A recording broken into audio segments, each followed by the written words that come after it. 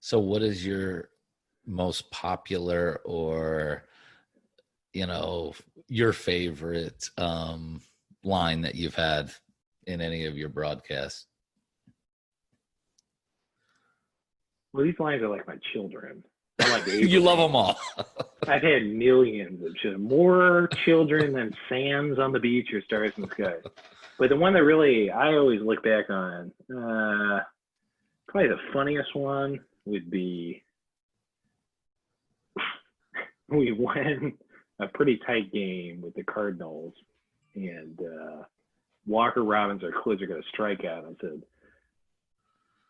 breaking this off like I had to do when I got catfished by that 54-year-old high school gym teacher. Hey, she said she was a 54-year-old high school history teacher. Had to cut it off right there.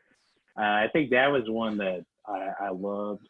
And then I think the one, we clinched the divisional series against Bristol, and we had such a contentious time with them, just pitchers throwing at our hitters, and we were jawing with them, and neither team did a very good job of de-escalation, but it's hot and everybody's pissed, and we beat them in the divisional series. It was kind of slugfest. It was 10-8. We turned a double play 5-3 DP with first and second with a 2-run lead. So we were a little bit of hot water.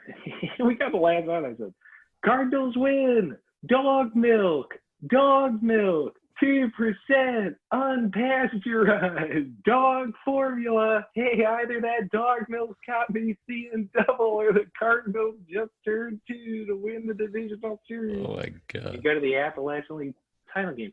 It didn't make sense to people online if they had been following a team, but all the people who were listening, that was almost like the next logical step, was just, this makes perfect sense in the context of the season. And I think I told somebody on the team, if we win, I'm just going to scream out dog milk, it kind of worked out. Do you have things like written down like that? Yeah.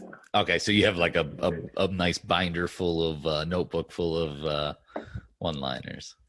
I don't save them. I tear them up after the game, and I try not to repeat them outside of the home run catchers, block it, cock it, rock it, restock it. I do. There's some overlap. There's a couple documents on my laptop that I kind of keep, but I do a printout of things that happen, every game, like strikeouts, home runs, great fielding plays, and I write about 5 or 6 things in each category before the game, and I try to come up with stuff. That's really the fun of it to me.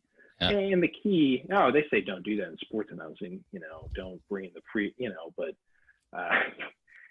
the key is if you can learn to drop them in at the right moment. And so it took me, after I started doing that, I didn't do that for probably the first 3 or 4 years I was announcing. Then I said, what if I started writing some of this stuff down before? And, I kind of went through the trials and tribulations of burning them too early, not saying it at the right time, whatever.